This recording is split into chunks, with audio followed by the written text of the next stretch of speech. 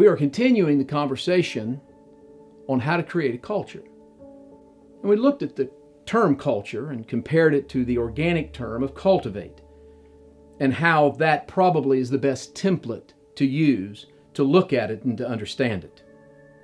We also looked at the fact that a culture is created with limits inside of any organization. And the limits of that culture are largely dictated by the greater culture or the environment in which that organization exists. In other words, whatever nation, whatever part of the nation that you come from. I think, therefore, it is impossible and very harmful and very discouraging, in fact, for a lot of leaders and the people they lead whenever we believe we can take a culture from some other church in another part of the country or in another country altogether and just bring that carte blanche back into our setting and believe that we're going to get the same results as them. Although there are principles of farming that can be taken around the world, principles of farming and agriculture that can work in every setting, we still must be aware that what we're able to grow, what we're able to be fruitful in, those things are not applicable in every environment. There are some things that grow better in some places and other things that grow better in other places. Now, if you've watched the first two videos and you've just started this conversation, let's complete it today with talking about some practical ways in which we form a culture. And I think the way that we cultivate the land is that, first of all, we have to decide what kind of fruit or what kind of vegetable, what kind of crop do we want to have. And I really believe when you're working a maize, when I was a kid, I would do this. I would start at the end and work my way back to the beginning. And in some ways, that is the easiest. And so here's what we'll do. We'll set the objective. We're going to set the goal, set the vision. What kind of fruit do we want to bear? What kind of organization do we want to be? What kind of church? And describe that church. Who can we reach? When we reach them, what are we going to do with them? What do we want a disciple to look like that's a part of this church? What do we want that disciple to look like? What do we want them to look like in their marriage, in their business, in their financial world, in their physical world, in, of course, their spiritual world, but also their mental world, their emotional world? How do we want them to conduct themselves in public? How do we want the world to see them? How do we want them to have impact on the world? Decide what kind of a disciple you want to produce, and that's your fruit. Now, work backward. Work backward. Let that be the goal, and then shine a backlight into your present location, and here's where you start. Number one, what kind of values do we need to have to produce that kind of disciple? What are our values? Now, we've done that at our church, and for instance, we've come up with 4 core values, and frankly, it took a lot of time to discover these values, and it wasn't a mechanical operation at all. It was very organic. We had to grow a few crops to see what actually grew in our soil. We had to grow a few crops, and we had some crops die out, and we've had some crops not do so well, but we've had some crops do pretty well. We've had some good fruit, and so we kind of looked at all that and tried to figure out what kind of environment and soil we have, what can we grow here. And when we began to realize the kind of disciple that we could grow, and that became the basis of what we should value, we came up with these core values. Number 1, acceptance. We accept everyone. Number 2, celebration. We're going to celebrate and have church. And if we are going to err, we're going to err on the side of liberty and freedom in our celebration. Number 3, empowerment.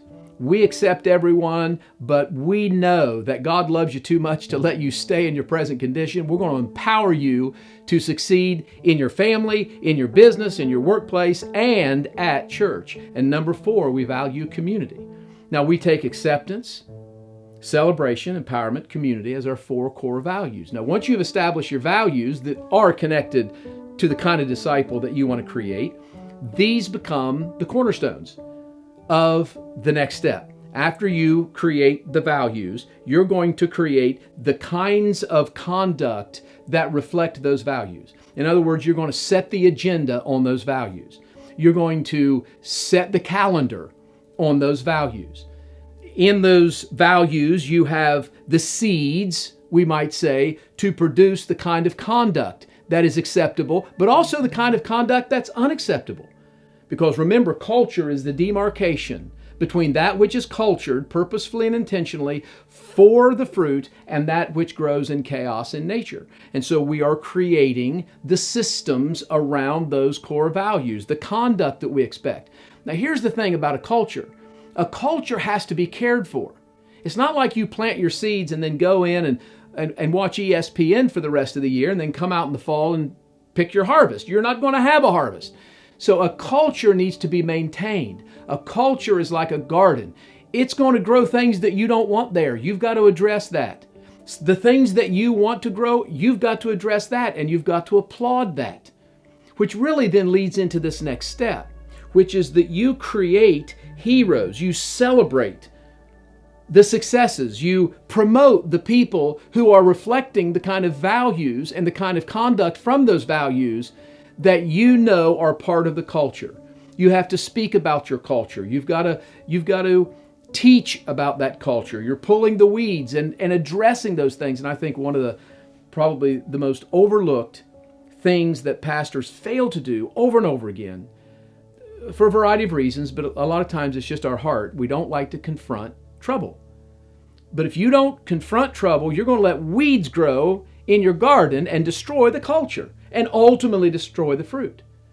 And so you create those core values, then you have a set of conducts and a set of rituals, a set of systems, policies that you build around those values. And then beyond that, you promote the people and celebrate the people who are reflecting the kind of disciple that you want to create. In other words, these are the people that are flowing in your culture. And then finally, at the point that you are celebrating around those culture, then you reinforce the culture with symbols. You reinforce the culture with teachings. You reinforce the culture with logos. You reinforce the culture everywhere that you can, because you're growing a particular crop in these fields.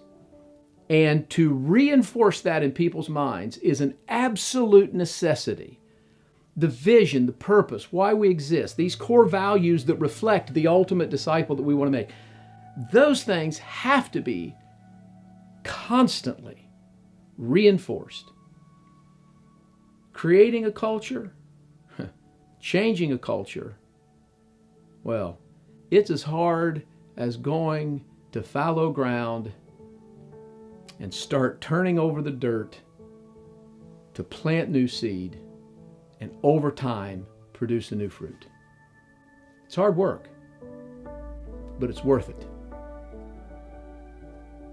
So have a conversation about it.